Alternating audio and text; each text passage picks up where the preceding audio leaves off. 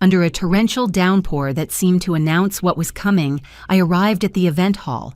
The raindrops crashed against my face like little betrayals while I firmly held the gift I had chosen, with so much love for the wedding of my only daughter, Sarah. It was an antique silver tea set that had belonged to my grandmother pieces I had kept safe for 40 years, waiting for the perfect moment to pass them on.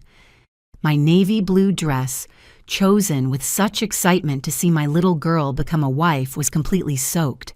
My gray hair stuck to my forehead as I tried to protect the gift box under my shawl. It was just as I crossed the threshold of the banquet hall that I heard a phrase so cruel and heartless that it made me shake to my bones. It was something I never imagined hearing in my entire life, and my only reaction was to do something unthinkable.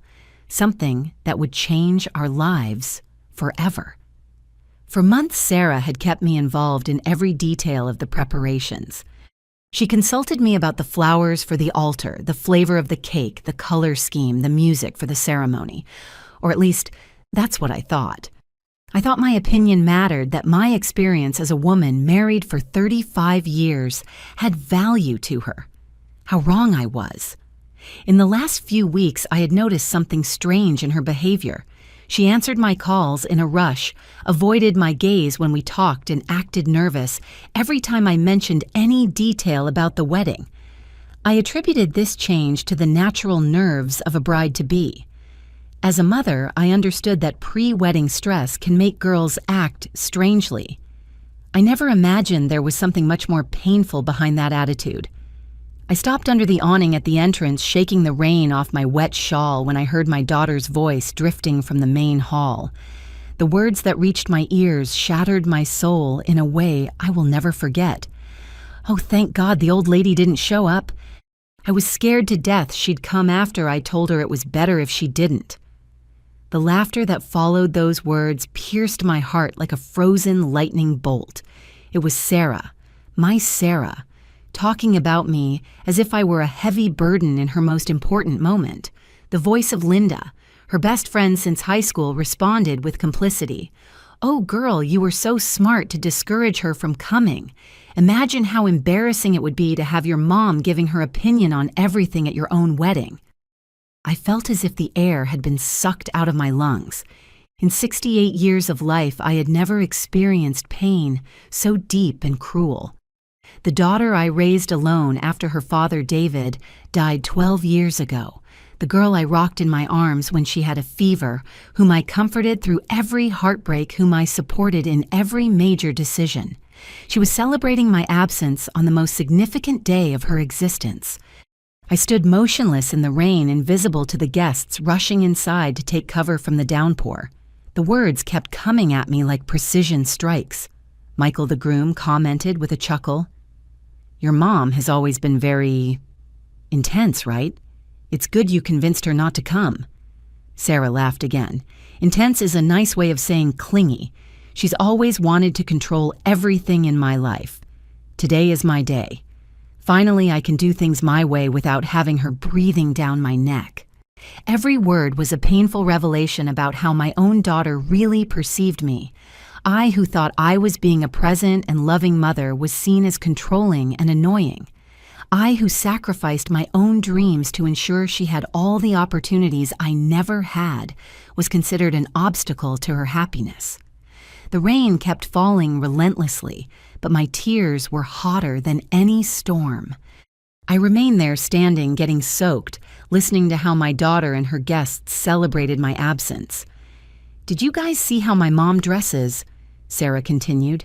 "Always with those old-fashioned dresses and those shawls that smell like mothballs." "I felt so bad that people would see her and think that's how we are," Linda added. "Besides, you know how old ladies are. They always want to be the center of attention. They always have something to criticize. Your wedding isn't the place to put up with mother-in-law drama."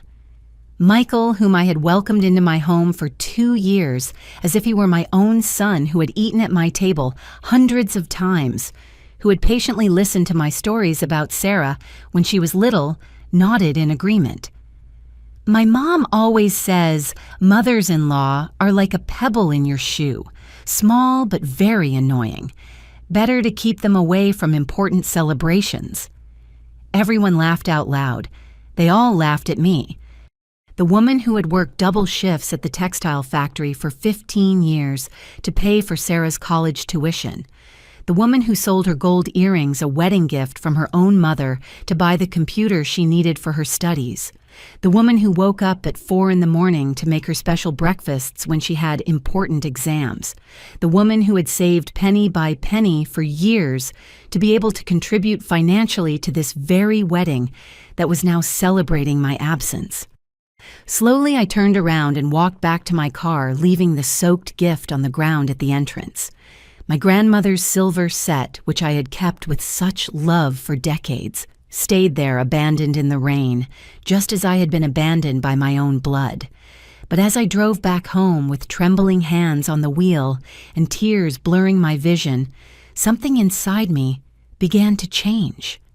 A new coldness, a determination I had never felt before, began to grow in my chest.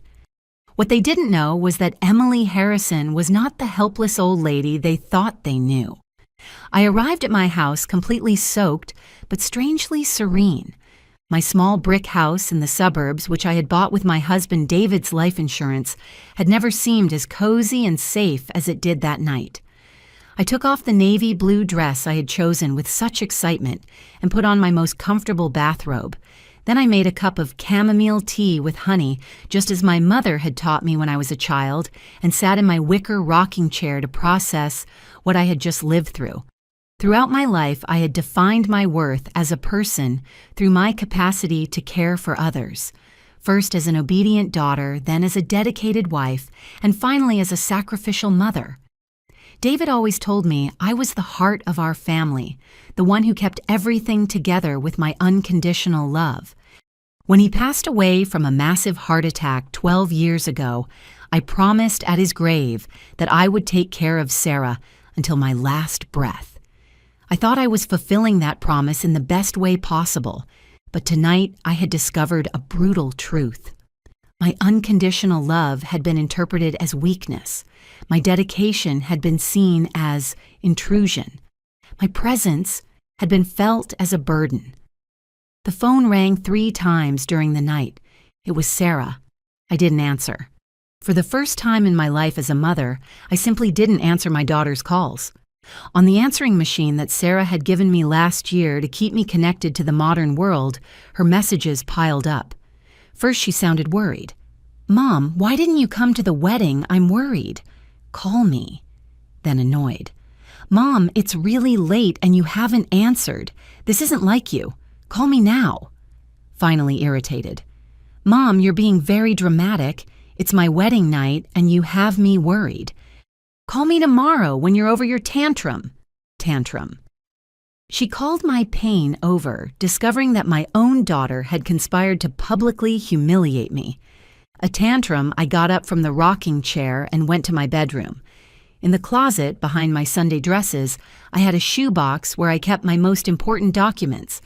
I opened it carefully and reviewed every paper: house deeds, insurance policies, investment certificates, bank accounts. Everything David had left carefully organized for me before dying. Sarah had no idea what this box contained. She had always assumed I lived solely on my pension as a textile worker, a modest amount that barely covered basic expenses. What she didn't know was that David had been a much more foresighted man than he appeared. During 25 years of marriage, he had silently invested in small properties and savings accounts, always thinking of our future and our daughter's future. When he died, he left me a considerable fortune that I had administered discreetly without showing off, because that's how my mother raised me. Well-earned money doesn't need to be flaunted. I counted the documents.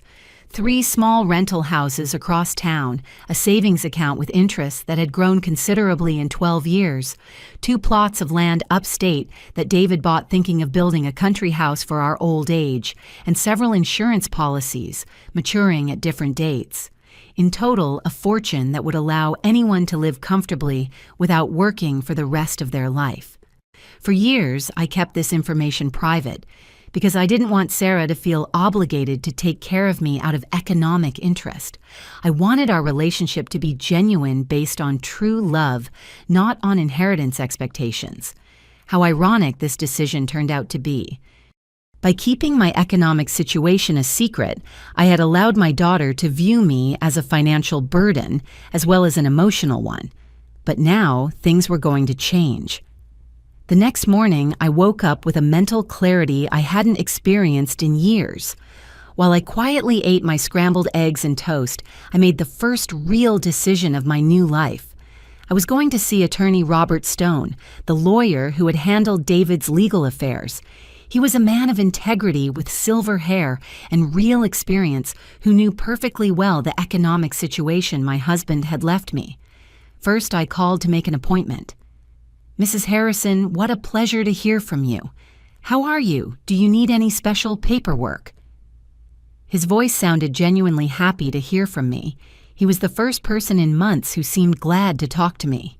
"Mr. Stone, I need to make some important changes to my will. Could you see me this afternoon?"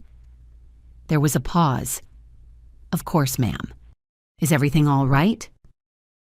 "Everything is perfectly fine, Robert. For the first time in a long time, everything is very clear." I arrived at his office dressed in my best suit, the navy blue one with gold buttons I had bought for Sarah's college graduation 6 years ago. I had my hair done at the local salon and was wearing the pearl earrings David gave me for our 20th anniversary. I wanted to look like the respectable and decisive woman I really was not, the vulnerable old lady my family thought I was.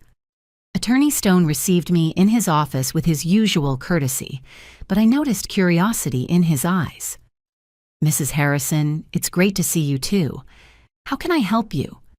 I settled into the chair across from his desk and took a deep breath. "Robert, I want to start a foundation." His eyebrows raised slightly. "What kind of foundation?" "For elderly mothers who have been abandoned or humiliated by their children. I want my assets to be used to help women who have gone through experiences similar to mine." I told him everything. The wedding, the cruel words, the public humiliation, the gift abandoned in the rain. Attorney Stone listened in silence, occasionally shaking his head in disapproval. When I finished my story, he took off his glasses and cleaned them slowly. "Mrs. Harrison, I'm so sorry you went through that experience. No mother deserves to be treated like that, especially a woman like you who has sacrificed so much for her family." We spent 3 hours reviewing documents and structuring the legal changes. Every signature was a step toward my emotional freedom. The Dignified Mothers Foundation would receive 70% of my assets immediately and the remaining 30% after my death. Sarah would only inherit the house where I lived, and only after I was no longer present in this world. Everything else would be dedicated to helping women in my situation. "Are you completely sure about this decision, Mrs. Harrison?" the lawyer asked me before proceeding with the final documents. "Robert, for 68 years, I have made decisions based on what others needed or wanted. This is the first time in my life I am making a decision based solely on what I consider right and fair. I have never been more sure of anything." When I left the lawyer's office that afternoon, I carried in my purse a certified letter addressed to Sarah. In this letter, I calmly explained that I had decided to dedicate my inheritance to a cause I considered more worthy than sustaining ingratitude. There would be no screaming accusations or drama, just a clear and definitive communication about my new life priorities. I also carried something else, a copy of the Articles of Incorporation for the Dignified Mothers Foundation, which would be published in the local newspaper next week. I wanted the whole neighborhood to know exactly what kind of daughter I had raised and what kind of mother I had decided to be from now on. That night, Rose, my neighbor of 30 years, appeared at my door with a casserole dish. "Emily, how was Sarah's wedding? I want to know all the details." Her enthusiasm reminded me how much I had waited for this moment. For months, I had bragged to all the neighbors about my daughter's wedding. I had shown photos of the dress. I had talked about the preparations. How to explain now that there were no details to tell because I discovered my own daughter had discouraged me from attending her wedding. I invented an excuse about not feeling well, but Rose knows me too well. We have been neighbors since Sarah was a little girl. She has seen how I raised my daughter alone, how I worked double shifts, how I sacrificed to give her everything she needed. Emily, something happened. You have a very strange look on your face. Her genuine concern broke me again. I told her everything from the rain to the cruel words I heard at the hall door. Rose was furious. What ingratitude after everything you've done for that girl. But her anger, while comforting, didn't heal the pain I felt. And now what are you going to do? She asked me. I already did what I had to do, Rose. I made decisions I should have made years ago. I showed her the foundation documents. Her eyes widened. Emily, you had all this money. David was very foresighted. He always wanted to secure my future. And does Sarah know? Sarah is going to know very soon. Tomorrow, she receives a certified letter with all the information. Rose whistled softly. Oh, Emily, this is going to be a scandal in the whole neighborhood. Then let it be a scandal, Rose. I'm tired of living my life trying to avoid scandals. Sometimes scandals are necessary for the truth to come to light. That night, for the first time in months, I slept deeply. I didn't wake up worrying about whether Sarah had gotten home safely after the party. I didn't wonder if she had eaten enough or if she needed anything. I didn't plan what to cook to take to her on the weekend. For the first time in years, my mind was completely at peace, focused solely on my own well-being. The next day, very early in the morning, I walked to the post office to personally send the certified letter. Mrs. Sarah Harrison Miller would receive it before noon. Then I returned home. I made my favorite breakfast pancakes and bacon exactly how I liked them, not how she liked them, and I sat in my backyard to water my mint and cilantro plants. While I watered my plants, I reflected on all the years I had spent justifying my daughter's actions, excusing her gradual distancing, interpreting her coldness as the natural independence of a young woman. I had normalized her lack of interest in my life, her way of changing the subject when I told my stories, her impatience when I needed help with something. But the humiliation at the wedding had been the straw that broke the camel's back. There was no longer any way to justify or rationalize what I had heard. The words had come out of her mouth so naturally with such complicity that it was obvious it hadn't been the first time she spoke about me like that. She had probably spent years complaining about her clingy mother with her friends, with her boyfriend, with anyone who would listen. The phone began to ring at 11:30 in the morning. I didn't answer. It kept ringing every 10 minutes for the next 2 hours. I didn't answer. At 2 in the afternoon, I heard the engine of a car parking in front of my house in a hurry. Then I heard rushed footsteps on my gravel driveway, followed by desperate pounding on my door. Mom, open up, I need to talk to you. It was Sarah. Her voice sounded somewhere between panic and rage. She had received the letter. I finished watering my plants, calmly washed my hands, carefully smoothed my hair in front of the hallway mirror, and finally went to open the door. My daughter was standing in my doorway, still wearing yesterday's clothes with deep circles under her eyes and smeared makeup. In her trembling hands was the certified letter she had just opened. Her eyes were red, but I didn't know if it was from crying or from the rage I clearly saw in her expression. Mom, what is this? You can't be serious. I looked her directly in the eye for the first time in years, without feeling the automatic need to soothe her or protect her feelings. I am completely serious, Sarah. I made a very considered decision about how to use my assets. But Mom, this is ridiculous. You can't donate all our money to strangers. Our money. Interesting choice of words for someone who had never shown the slightest interest in my finances. It's not our money, Sarah. It's my money.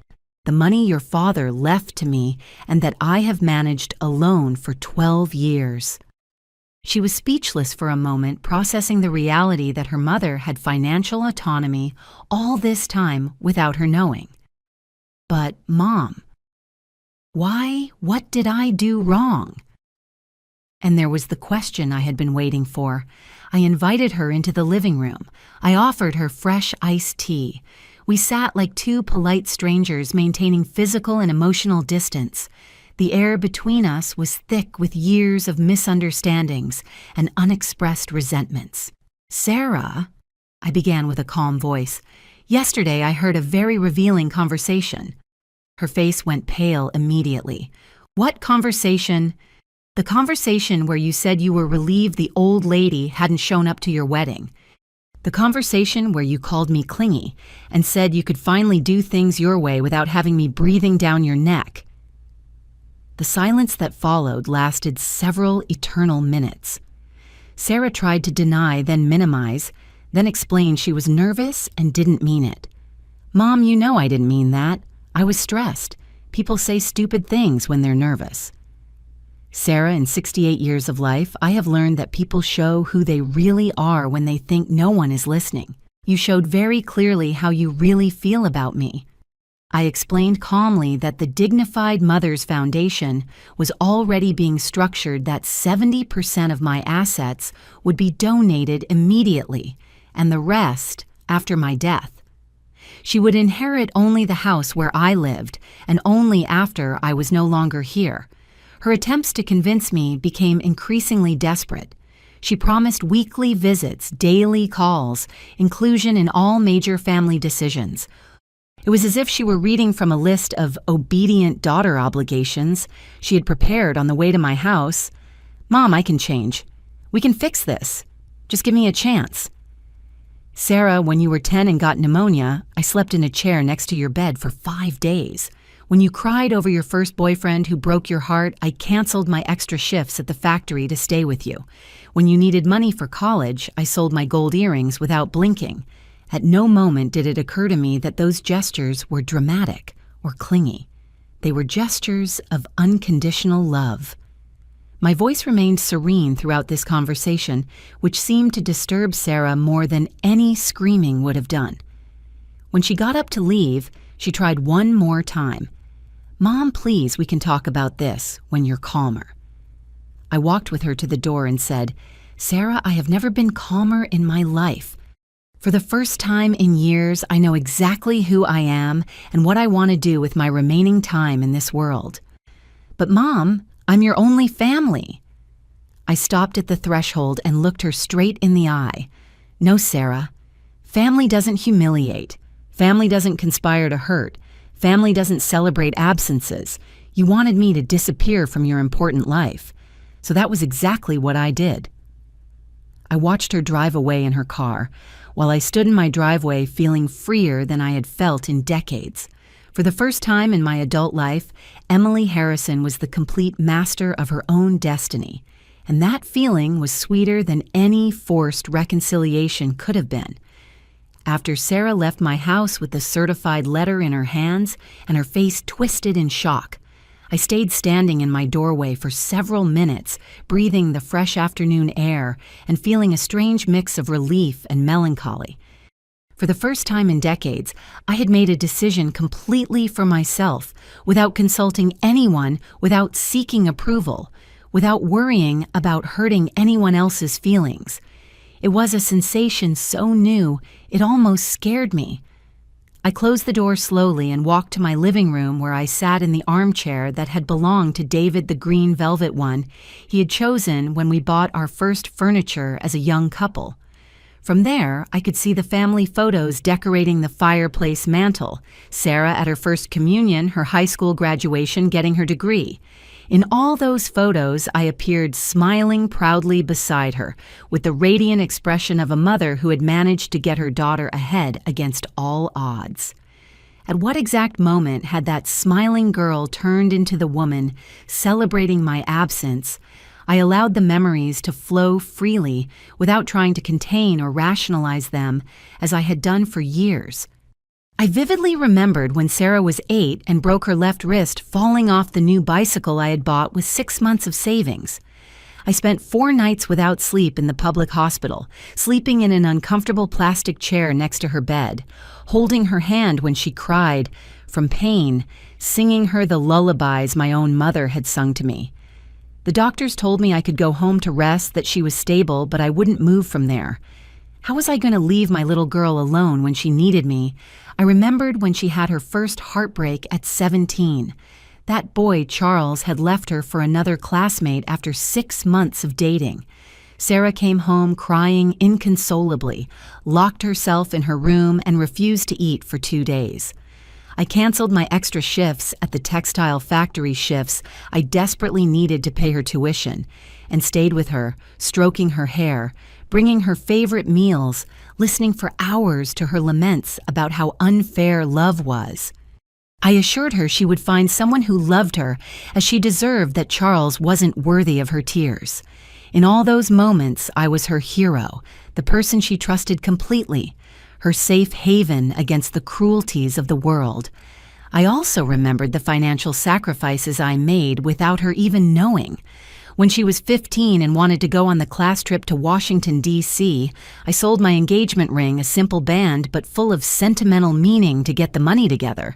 I told her I had saved by working overtime. When she needed a computer for her college projects, I sold the gold chain I had inherited from my grandmother. When she wanted to study English at a private academy, because she said she wasn't learning well at public school, I worked cleaning offices on weekends for a whole year to pay the monthly fees. Every sacrifice I made with joy, feeling proud to be able to give her opportunities I never had. I thought I was building not only her future, but also a solid relationship based on love and mutual gratitude. I believed that when she was an adult, she would understand everything I had done for her and thank me.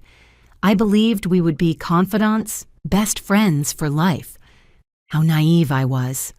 The sun was setting when Rose knocked on my door again.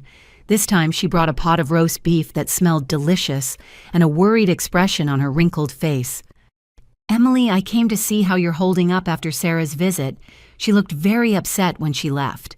I invited her in and poured her a large glass of lemonade while she put the roast in my refrigerator. "How did she take the news about the foundation?" she asked with genuine curiosity.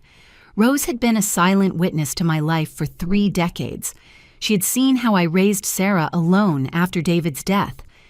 She had heard my worries about money, my sleepless nights when my daughter got sick, my celebrations when she had academic successes. If anyone could understand my decision, it was her. She got furious, Rose. She didn't understand how I could donate our money to strangers, as she put it. Rose frowned. Our money. Since when is the money your husband left you hers too? Exactly what I thought. All these years she's been married, she never asked about my financial situation, never offered to help me with anything, never showed interest in how I managed to live. But now that she knows there's money involved, suddenly it becomes our money. We sat in silence for a moment, drinking lemonade and listening to the sounds of dusk in the neighborhood. Children playing in the street, ice cream trucks playing their music, mothers calling their children for dinner. Sounds that had been the soundtrack of my life for decades, but now I heard them with different ears. "You know what hurts me the most, Rose?" I asked finally. "It's not the ingratitude, although that hurts a lot. It's not even the public humiliation at her wedding. What hurts me most is realizing that I spent years misinterpreting our relationship. I thought we were close, that my opinion mattered to her, that she enjoyed spending time with me. But now I understand that all this time she was tolerating me, putting up with my presence because she felt obligated." Rose shook her head sadly. "Oh, Emily, children these days are very different from before. Before you respected your parents even if you didn't agree with them. Now they think they can treat us like burdens." "But it's not just a lack of respect, Rose. It's that she really sees me as a burden." When she was talking to her friends at the wedding, her relief was genuine.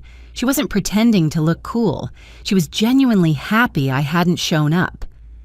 This realization hurt me more than any scream or direct insult.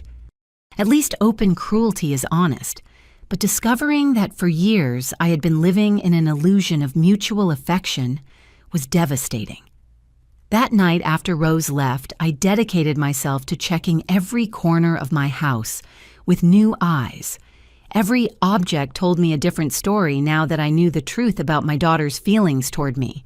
The frame with her college graduation photo no longer filled me with maternal pride, but reminded me of all the times I asked about her major, and she answered me with monosyllables as if my questions were a nuisance. The embroidered tablecloth I had made for her first apartment no longer seemed like a beautiful gift, but a symbol of my need to be present in her life in ways she clearly didn't desire. The empty Tupperware stacked in my kitchen containers where I had sent her homemade food for years now seemed like evidence of my refusal to accept that she no longer wanted me to take care of her, like when she was a child. I sat in my bedroom in front of the vanity where I kept my jewelry box and opened the secret drawer where I had the few jewels I hadn't sold to finance Sarah's dreams.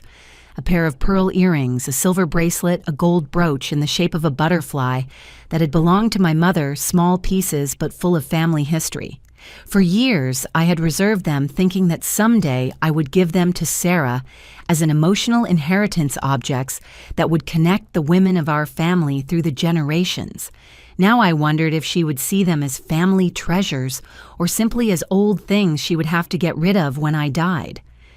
The phone rang at 10 at night. It was Sarah again. This time I did answer, but not with the usual maternal anxiety. I answered with the calm of someone who had already made all the important decisions. "Mom, we need to talk more calmly. Michael and I want to come over tomorrow to sit down with you and resolve this as a family." "Michael wants to come?" I asked with genuine curiosity. "Since when does Michael get involved in my financial affairs?" "Well, he's my husband, Mom. What affects me affects him too." "I understand. And when you two made the decision to discourage me from going to the wedding, did you also consult with him?" Silence. "Sarah, you told me you were relieved the old lady hadn't shown up. Did you also consult that opinion with your husband?" "Mom, please don't be like that. You're taking things out of context." "Out of context, Sarah, you were at your own wedding surrounded by your loved ones on one of the happiest days of your life. In that context, you expressed relief at my absence. There is no clearer context than that." Another long silence. "Look, we're coming tomorrow at 3 in the afternoon. Please think about it tonight. This doesn't have to be definitive." She hung up without waiting for my response. I couldn't sleep that night, but not from anxiety or sadness as I had expected. My mind was strangely active, processing decades of small details that now took on a completely different meaning. I remembered all the times Sarah had changed the subject when I started telling stories of my youth or her childhood.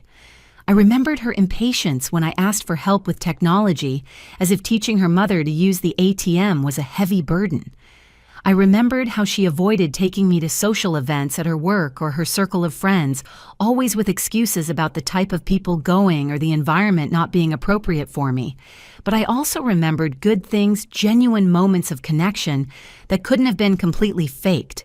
The times she arrived by surprise with my favorite dessert, the spontaneous calls to ask how I was, the long hugs when she left after visiting me. Had those moments also been acting? Or did two Sarahs exist? One who genuinely loved me, but was ashamed of that love, and another who saw me as an obstacle to the life she wanted to live. At 5 in the morning, I got up and made coffee with cinnamon, just as my mother had taught me. I sat on my back porch to watch the sunrise and think about all the women in my family who had come before me. My great-grandmother who raised 8 children alone after my great-grandfather died in the war. My grandmother, whom I had named my daughter after, who worked washing other people's clothes to send her children to school. My mother, who sewed until late hours to buy us new shoes for school. All of them had been strong women who had prioritized their families over themselves, but they had also been women who kept their dignity intact. None of them would have tolerated the lack of respect I had been normalizing for years. While I drank my coffee and watched the city slowly wake up, I had an important revelation. The problem hadn't been just Sarah's attitude toward me. The problem had also been my attitude toward myself. For years, I had accepted crumbs of affection as if they were full banquets. I had interpreted tolerance as love obligation, as genuine affection, physical presence, as emotional presence. I had been so afraid of losing my only daughter that I had allowed our relationship to deteriorate until it became something one-sided and dysfunctional. At 9 in the morning, before the scheduled visitors arrived, I went to the local market to buy ingredients to make beef bourguignon. It was a laborious dish that I normally prepared only for very special occasions, but I had my reasons for making it today. I wanted to keep my hands busy while I processed my emotions, and I also wanted to have something delicious waiting for me after the difficult conversation I knew awaited me. At the market, Mrs. Carmen, the lady who sold the freshest produce, greeted me with curiosity. "Emily, how was Sarah's wedding? I didn't see you at church yesterday." In my neighborhood, news travels fast, and the absence of the bride's mother at Sunday Mass following the wedding had definitely been noticed. "Mrs. Carmen, the wedding was revealing," I replied with a smile that didn't reach my eyes. "Sometimes you discover things about the people you love that you would prefer not to have known." She nodded wisely. "Oh, honey, that happens a lot with children when they get married. They forget who raised them." "Exactly, Mrs. Carmen, but one also has to know when to stop reminding them." I bought the freshest ingredients I could find: top-quality beef, pearl onions, mushrooms, fresh herbs. As I walked back home with my market bags, I felt like a woman preparing for battle. Not a battle to win my daughter's love, that war I had already lost, but a battle to keep my own dignity intact. Back in my kitchen, I began the laborious process of preparing the beef bourguignon, searing the meat, chopping the vegetables, simmering the sauce with red wine. Every step required patience and precision, exactly what my mind needed. While I cooked, I reflected on the irony of the situation. For years, I had cooked Sarah's favorite dishes. I had adapted my recipes to her tastes. I had learned to make the food she liked even if I wasn't that excited about it. Today, I was cooking solely for myself, preparing the dish I liked most without considering anyone else's preferences at all. It was a strangely liberating feeling. At 2:30 in the afternoon, an hour before the scheduled visit, the doorbell rang. It was Sarah, but this time she came accompanied not only by Michael, but also by an older woman I didn't recognize immediately. When I opened the door, my daughter introduced me to the stranger with a forced smile. "Mom, this is Mrs. Roberts, Michael's mom. We thought it would be good for her to be present in this conversation." They had brought reinforcements. Sarah had decided she needed the presence of another maternal figure to convince me to change my mind. It was a cunning strategy, I must admit. They probably thought I would feel pressured to behave in a more maternal and understanding way in the presence of my daughter's mother-in-law. But what they didn't know was that I was no longer interested in being the perfect mother who always says yes to everything. I invited them in politely and offered them fresh iced tea. The kitchen smelled deliciously of rich beef stew, and I noticed how Michael inhaled the aroma with appreciation. "Smells great, Mrs. Harrison. Are you making beef bourguignon?" "Yes, Michael. It's my favorite dish, even though it's a lot of work." We sat in my living room. I immediately noticed the dynamic that had been established. Sarah looked nervous. Michael seemed uncomfortable, and Mrs. Roberts had the expression of someone who had come with a specific mission. It was clear the three of them had planned this conversation in advance. "Mrs. Harrison," began my daughter's mother-in-law with a soft but firm voice meant to be persuasive. "Sarah has told me about the situation with her inheritance, and I wanted to come talk to you mother to mother." "Of course, Mrs. Roberts. What would you like to tell me?" "Well, as a mother, I understand that sometimes our children hurt us without realizing it. Young people these days speak without thinking. They say things they don't really feel, but that doesn't mean we should punish them so severely." Interesting. So Sarah had told her version of events, probably minimizing her cruel words and presenting herself as the victim of a dramatic and irrational mother.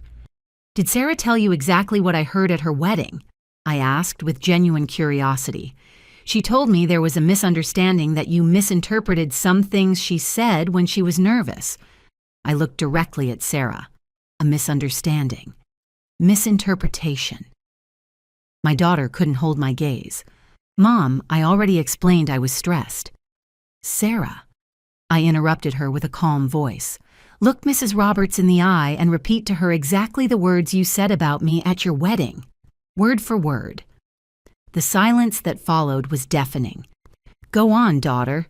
If they were just words said out of stress, if they were misunderstandings or misinterpretations, you shouldn't be ashamed to repeat them." Sarah turned red as a beet. Michael intervened. "Mrs. Harrison, I think the point is that we can all get past this. Families forgive, right?" "Michael," I responded calmly, "were you present when your wife expressed relief because I hadn't shown up to her wedding?" "Well, Yes or no?" "Yes, I was present." "And did it seem appropriate to you?"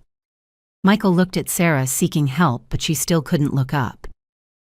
"It was a difficult moment," he muttered finally.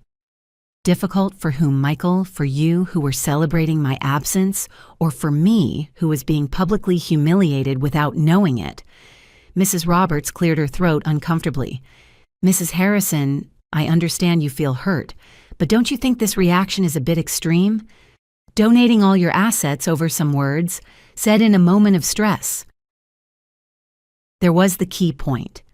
To the rest of the world, my reaction seemed disproportionate. A normal mother would have cried, complained, demanded an apology, but eventually forgiven. A normal mother wouldn't have completely reorganized her financial life in response to a public humiliation, but I no longer wanted to be a normal mother. "Mrs. Roberts," I replied with the most serene voice I could manage, "let me ask you a question. If you discovered that your son has been talking about you as a burden for years, that he has been faking affection out of obligation, that he celebrates when you are not present in the important moments of his life, what would you do?" She had no answer for that. Because that is what I discovered. It wasn't isolated words said out of stress. It was the revelation of how my daughter really perceives me after 68 years of unconditional love on my part. I got up slowly and walked toward the kitchen. "The stew is ready. Would you like to try a little before continuing this conversation?" The four of us went to the kitchen where I served the dish I had prepared with so much love for myself. As we ate in uncomfortable silence, I reflected on the surreal nature of the situation. There I was serving delicious food to the people who had come to convince me to give away my financial autonomy for the sake of keeping the family peace. It was, I thought, as I slowly chewed my perfect beef, the last act of maternal service I would perform out of obligation. From now on, all my generosity would be voluntary and earned.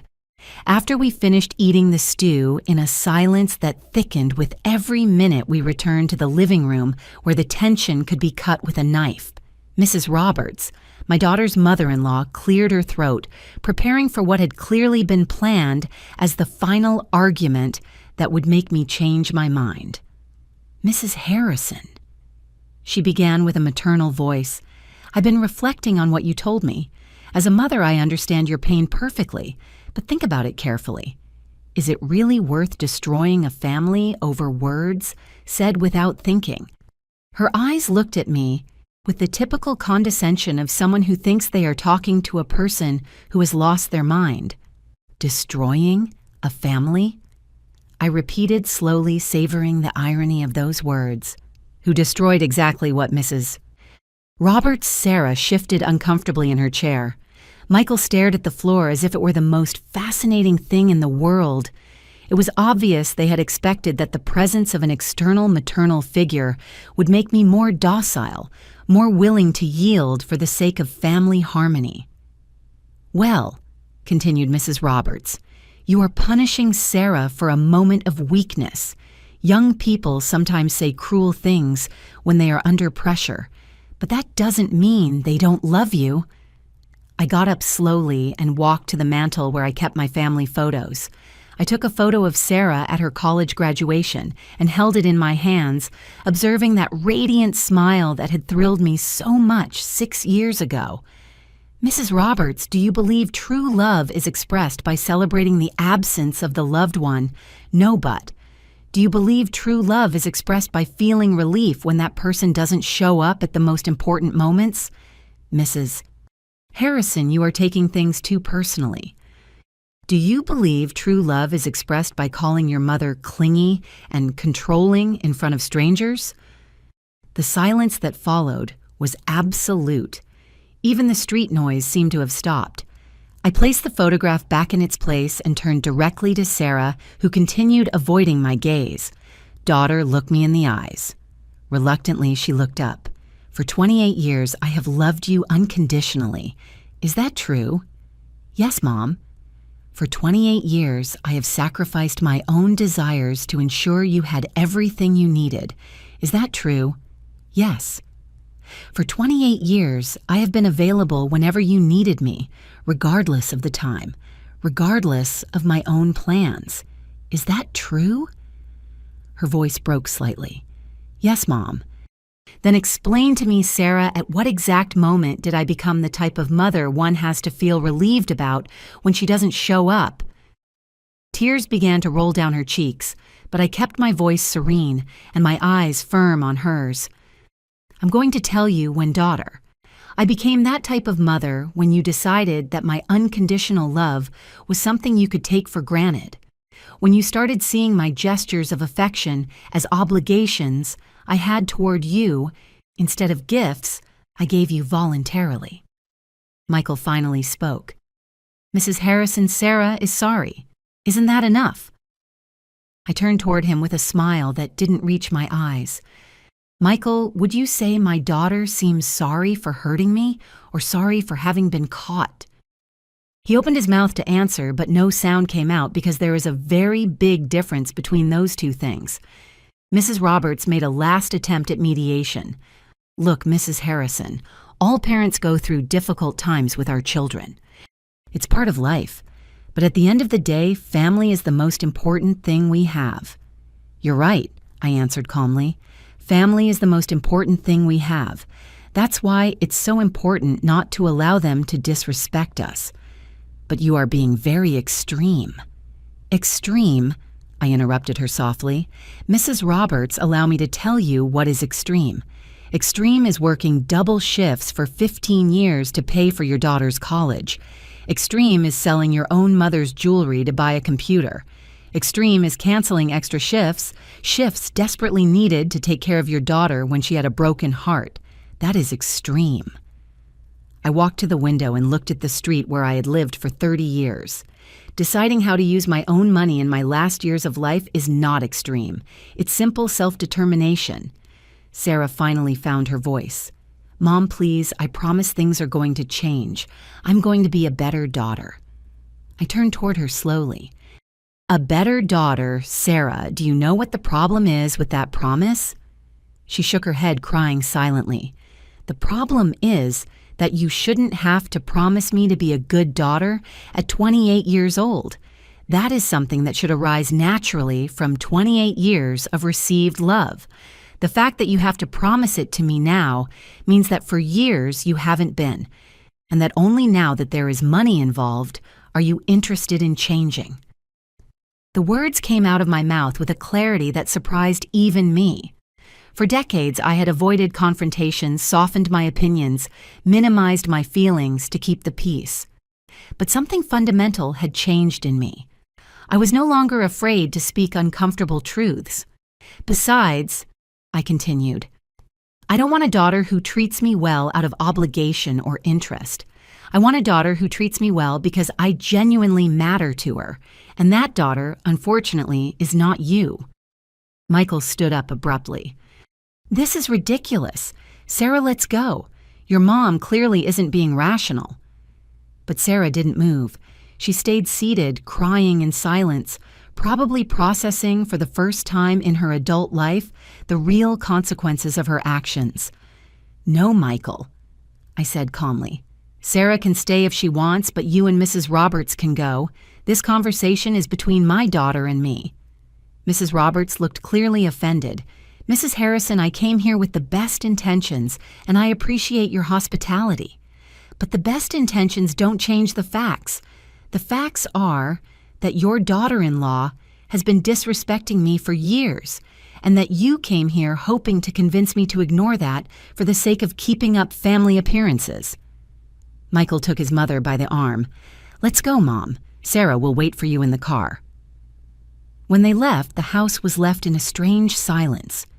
It was just Sarah and me, mother and daughter, finally facing the naked truth of our relationship after years of avoiding uncomfortable conversations. "Why Sarah?" I asked her when we were alone. "Why did you come to see me as a burden?" She wiped her tears with her sleeve and took a deep breath before answering.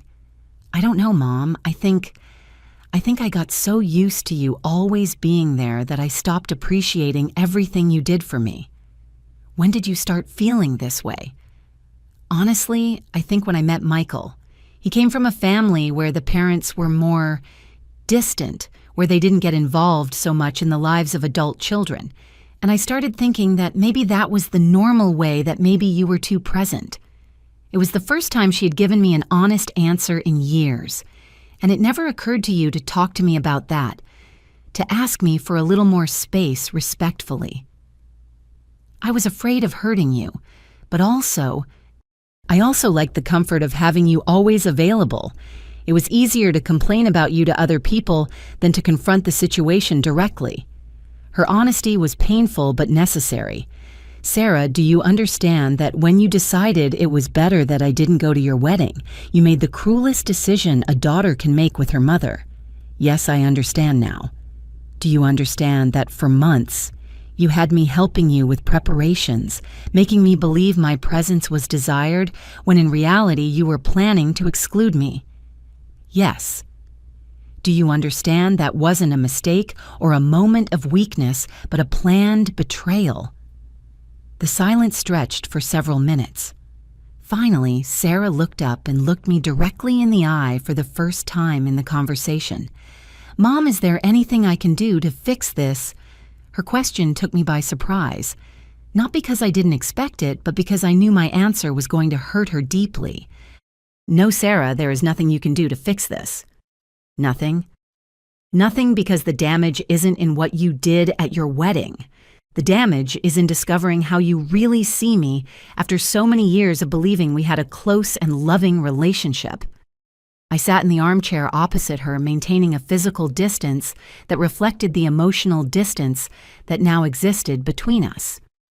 "Daughter, if tomorrow you started treating me wonderfully, if you called me every day, if you invited me to all your celebrations, if you showered me with attention, I would know you're doing it because you regret losing an inheritance, not because I genuinely matter to you, and that would be even more painful than indifference." "But Mom, I do love you." "Sarah, there are different types of love. There is the love you feel for someone because they are useful to you, and there is the love you feel for someone because that person enriches your life simply by existing. For years, I thought you loved me in the second way, but now I know you loved me in the first." She stayed processing my words in silence. "And do you know what is the saddest part of all this?" I continued. "That I myself contributed to this situation. I taught you that my love was unconditional, without teaching you that my respect for you depended on how you treated me. I gave you so much without expecting anything in return that you never learned to value what you received." The sun was beginning to set, filling my living room with a golden light that made everything look unreal. Sarah and I had been talking for hours, but for the first time in years, we had been really communicating instead of simply exchanging polite words. "Mom, what's going to happen now?" she asked me with a small voice. "Now you are going to live your life, and I am going to live mine. Does that mean we are never going to have a relationship again? It means we are going to have the relationship you choose. If you decide you want to really know the woman I am beyond just seeing me as your provider mother, maybe we can build something new. But it's going to have to be something completely different from what we've had until now. And the foundation, is it definitive? Completely definitive. Tomorrow morning, I'm going to sign the last documents. By Friday, the Dignified Mothers Foundation will be officially established and operating. Sarah nodded slowly, finally accepting that her mother wasn't the malleable woman she had known for 28 years. "Can I ask you something, Mom?" "Of course. Are you happy with this decision?" The question caught me off guard because no one had asked me about my happiness in decades. It had always been about what others needed, wanted, or expected from me. "You know what, Sarah, yes. For the first time in many years, I am completely happy with the decision I have made. I feel at peace with myself, even if that means losing you." "Mom, I lost you a long time ago. I just hadn't realized it until now." Those words hurt us both, but they were the purest truth that had come out of my mouth in years. Sarah got up slowly, like a woman who had aged 10 years in one afternoon. "I guess I'm leaving." "I guess so." At the door, she turned one last time. "Mom, is there any possibility that one day you can forgive me?" "I already forgave you, Sarah, but forgiving doesn't mean forgetting, and it definitely doesn't mean going back to how things were before." "What does it mean then?" "It means I don't hold a grudge. It means I wish you happiness in your marriage and in your life. But it also means I'm no longer going to allow disrespect, and I'm no longer going to pretend cruel words don't matter when they come from the people we love." After she left, I stood in my doorway for several minutes, breathing the fresh afternoon air and feeling something I hadn't felt in years, the deep satisfaction of having defended my own dignity. That night, for the first time since the wedding, I slept deeply. I didn't wake up worrying about Sarah. I didn't wonder if she got home okay. I didn't plan what to cook to take her on the weekend. My mind was completely at peace, focused solely on my own plans for the future. The next day, very early in the morning, I dressed in my best suit, the navy blue one with gold buttons that made me feel powerful, and headed to Attorney Stone's office to sign the final documents for the foundation. The lawyer received me with a smile of approval. "Mrs. Harrison, how does it feel the day before officially changing your life?" "I feel free, Robert, truly free." We spent an hour reviewing the final details. The foundation, Dignified Mothers, would be headquartered in a small but dignified office downtown. I would be the founding president with a modest salary that would allow me to live comfortably while dedicating myself to helping other women in similar situations. The rest of the money would be used to provide legal, psychological, and financial support to mothers who had been abandoned or mistreated by their families. "Have you thought about how you're going to advertise the foundation's services?" the lawyer asked me. "I've thought about giving an interview to the local paper. I think it's important that women in the community know they aren't alone if they are going through similar experiences." "Aren't you worried about negative publicity? Your story is going to be very well known in the neighborhood."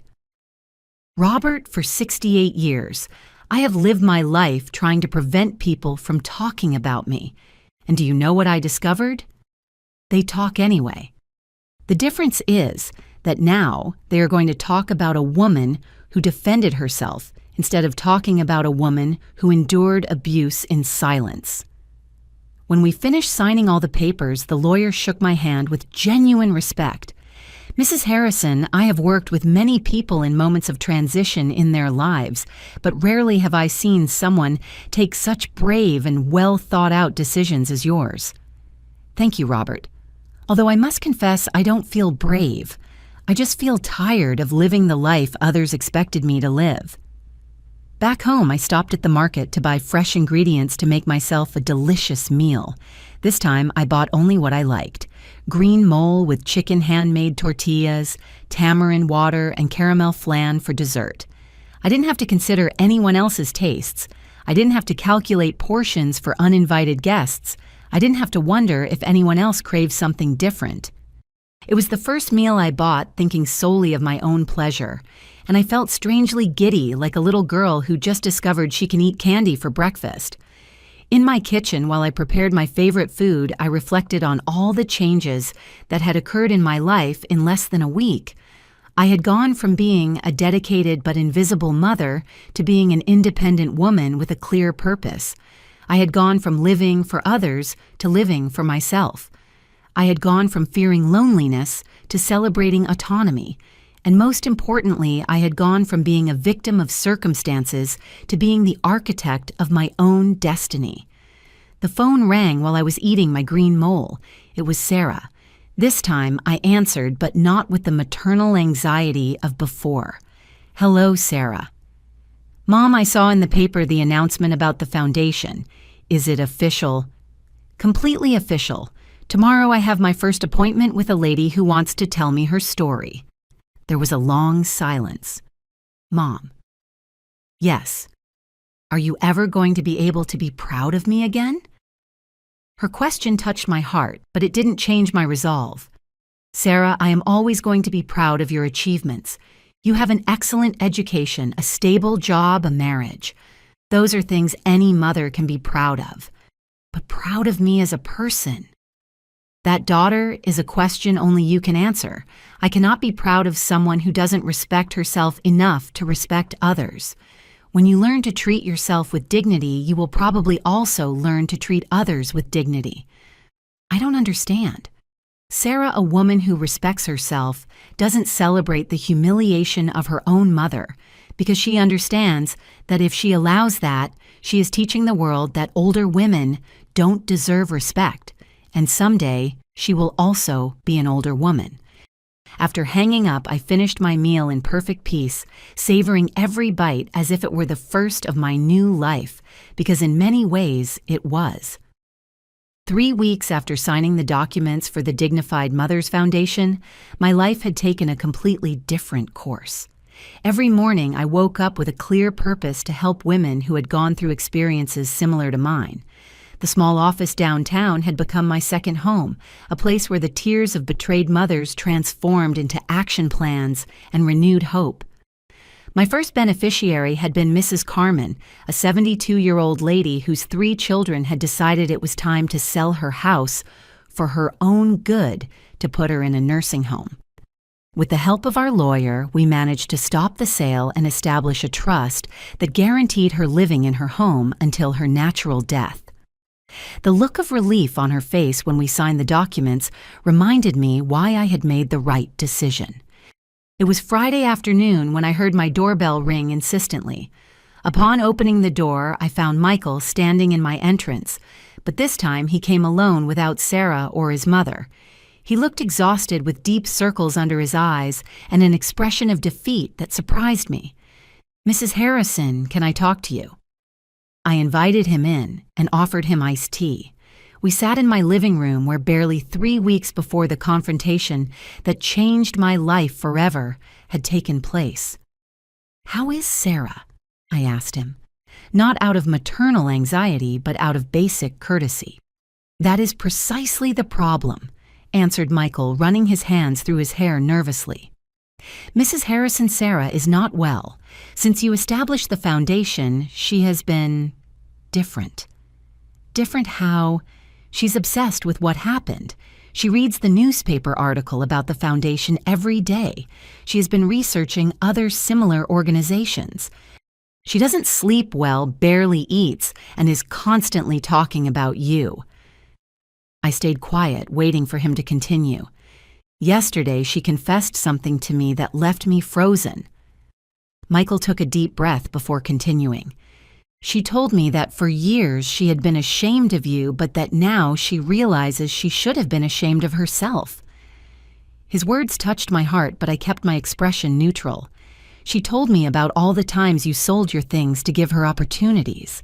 She told me about the extra jobs, about the sleepless nights when she was sick, about everything you sacrificed to raise her alone. And she told me that for years she interpreted all that as pressure and control, when in reality it was pure love." Michael stopped and looked me directly in the eye. "Mrs. Harrison, my wife is shattered, not because of the money, but because of having lost the only person who loved her unconditionally throughout her entire life." "Michael," I replied calmly. "I appreciate you coming to tell me this, but what do you expect me to do with that information?" "I don't know. Maybe talk to her, give her a chance to really apologize." "And what do you think about all this?" Michael looked down, clearly uncomfortable. Honestly, Mrs. Harrison, at first I thought you were exaggerating. But after living with Sarah these 3 weeks, seeing how broken she is, I started to understand that maybe we were the ones who didn't understand the gravity of what had happened. Yes, I also participated in that conversation at the wedding. I also expressed relief at your absence, and now I realize that was very wrong. It was the first time Michael assumed responsibility for his part in the humiliation. That pleasantly surprised me. Michael, I'm going to ask you something, and I want you to answer me with total honesty. Of course. If I hadn't had money, if I were really the poor old lady you guys thought I was, would you be here asking me to forgive your wife? The silence that followed was eloquent. Exactly, I continued. Sarah's repentance arrived exactly at the same time as the discovery of my economic situation. That is not a coincidence, Michael. That is opportunism disguised as remorse. But Mrs. Harrison, don't you think people can genuinely change? Of course they can change. But genuine change takes time and is demonstrated with actions, not with desperate words when economic benefits are lost. Michael stayed with me for another hour telling me about the changes he had observed in Sarah. According to him, my daughter had started calling other mothers her age to ask them about their relationships with their own mothers. She had started reading books on family relationships. She had even gone to church to talk to Father Alexander about forgiveness and reconciliation. You know what I find interesting about all that, Michael, I said when he finished his story, that Sarah is doing all that introspection and personal growth work, but she hasn't contacted me directly a single time. It's just that she's afraid you'll reject her. And hasn't it occurred to her that maybe the first step for a genuine reconciliation would be facing that fear and risking rejection? Michael had no answer for that. Michael, for 28 years, I was the one who always took the first step, the one who always sought dialogue, the one who always extended a hand. If Sarah really wants a different relationship with me, she is going to have to learn to take the first step herself, too. When Michael left, I stayed reflecting on the conversation. On one hand, I was glad to know that Sarah was finally understanding the magnitude of her actions. On the other hand, I worried that her apparent growth was motivated by financial loss rather than a genuine awakening of conscience. That night, while I prepared my dinner quietly, my phone rang. It was Rose, excited with news from the neighborhood. Emily, did you hear? The story of your foundation came out in the national newspaper. You're famous. Indeed, a journalist from the city had read the local article about dignified mothers and decided to do a broader report on the phenomenon of elderly mothers who were mistreated by their families. My story had become the main example of the article. And you know what else? Continued Rose, excited. 5 more women have already arrived asking for help from the foundation. They come from other states. That information filled me with deep satisfaction. My personal pain had transformed into something useful for other women. My humiliation had turned into empowerment for mothers in similar situations. 2 days later, Sunday morning, while I ate breakfast quietly on my back porch, I heard someone knock softly on my door. It wasn't the desperate knock of previous weeks, but something more timid, humbler. It was Sarah. She came alone, dressed simply without makeup, with red but determined eyes. "Mom," she said when I opened the door, "I didn't come to ask you to change the foundation. I didn't come to ask for money. I didn't come to ask you to return things to how they were before. I only come to ask for forgiveness without expecting anything in return." I invited her in. I offered her coffee, and we sat in my kitchen where we had shared thousands of conversations during her childhood and adolescence. "I've been reading about the foundation," she told me, "about the women you are helping, and I realized that you turned my cruelty into something beautiful for other people. And how does that make you feel? Proud and ashamed at the same time. Proud because my mom is an extraordinary woman who transforms pain into purpose. Ashamed because it was me who caused that pain." Her words sounded different this time, less desperate, more reflective. "Sarah, what do you expect from this conversation?" Nothing, Mom. Absolutely nothing. I just wanted you to know that I finally understand who you really are, and that I deeply regret having taken 28 years to realize it. And if I told you I can't forgive you, I would understand perfectly, and I would keep working on being a better person, not to regain your love, but because I realized that is what I must do. For the first time in years, I saw my daughter as the mature woman she should have been long ago. Sarah, I finally said, I already forgave you weeks ago, but forgiveness doesn't mean things go back to being as they were before. I know, Mom. What does a new relationship with me mean to you? It means really knowing you as the woman you are, not just as my care provider. It means respecting you as the extraordinary person you are. It means valuing your time and your company as the gifts they always were. We finished our coffee in a silence more comfortable than any conversation we had had in years. When she got up to leave, she said, Mom, I know this process is going to take time, but I want you to know I am going to work to deserve you as a mother instead of taking for granted that I deserve you simply for being your daughter. After she left, I stayed sitting in my kitchen, reflecting on the extraordinary changes that had occurred in our lives in less than a month. I had lost a daughter who took me for granted, but maybe with time and work I could gain a daughter who genuinely valued me. It was a small beginning, but it was a beginning. 6 months later, my new routine had become an unexpected source of deep peace. Every morning I wake up at 6, not because someone needs me urgently, but because I genuinely enjoy the first hours of the day when the world is silent and full of possibilities. I make my cinnamon coffee exactly how I like it, strong and aromatic without calculating how many cups others need or what kind of sweetener they prefer. I dedicate 2 hours a day to tending my garden, planting flowers I choose simply because they bring me joy. Red carnations, white roses, mint that fills the morning air with its freshness. The plants respond to my care without criticism, without ingratitude, without taking my attention for granted. There is a beautiful honesty in the way a flower blooms when you water it with love, a lesson that took me 68 years to learn completely. 4 days a week, I work at the Office of Dignified Mothers. Seeing other women rebuilding their lives after family abandonment constantly reminds me that my experience, although painful, was not unique. There is a silent sisterhood of mothers who discovered that unconditional love is not always reciprocated with basic respect. Mrs. Carmen now helps as a volunteer, telling her story to newly arrived women. Her strength inspires me every day. The foundation has grown beyond my most optimistic expectations. We receive cases from all over the country, women whose children have scammed them, mothers who have been kicked out of their own homes, grandmothers who have been separated from their grandchildren by family conflicts.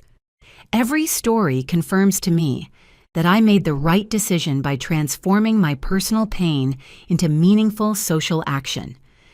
Sarah has tried gradual approaches during these months, not the desperate visits of the first weeks, but more mature and reflective approaches. She calls me every Sunday afternoon, short conversations where she tells me about her work, her thoughts, small events of her daily life. She doesn't ask me for dramatic advice or seek my approval for major decisions. She simply shares as an adult friend would with another. Last month, she invited me to lunch at a quiet restaurant downtown. She arrived on time, dressed simply with flowers from the market red carnations, my favorites, which she had remembered after so many years. During 2 hours, we talked about books, about changes in the neighborhood, about national news.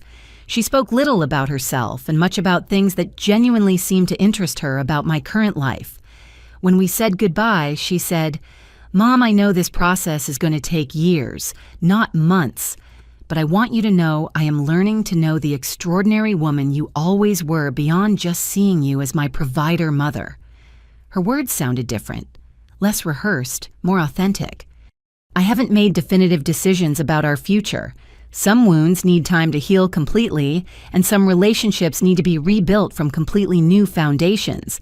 But for the first time in years, I feel that maybe, just Maybe we could build something genuine between us. Yesterday, while reviewing old photographs I had kept in a box for decades, I found a letter David wrote me shortly before his death. I had completely forgotten it, hidden among important papers. "Emily," said the letter, "if one day you feel invisible or undervalued, remember that your kindness is a gift that not all people deserve to receive. Don't be afraid to keep it for those who really appreciate it."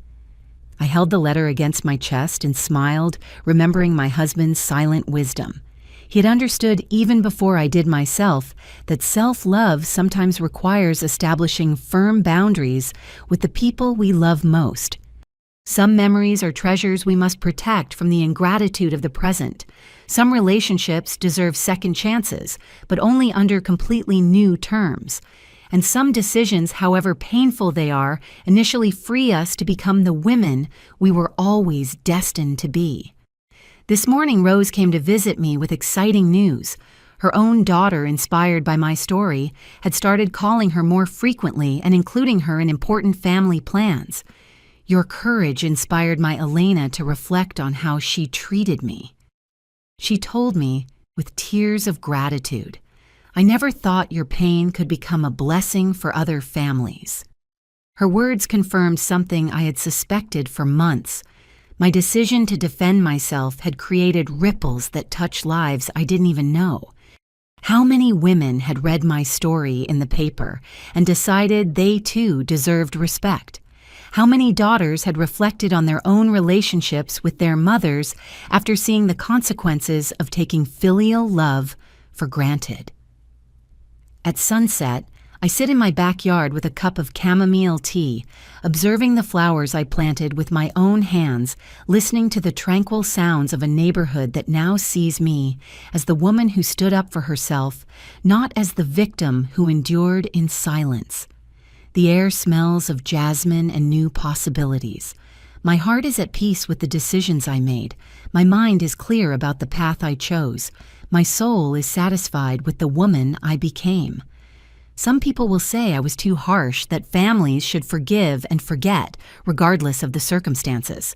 But I learned that forgiving doesn't mean tolerating, and that loving someone doesn't mean allowing them to disrespect you. Sometimes the greatest new beginning is the silence one chooses to maintain until other people learn to value your voice. Sometimes the greatest lesson of love you can teach is showing that your love has limits and that your dignity is not for sale.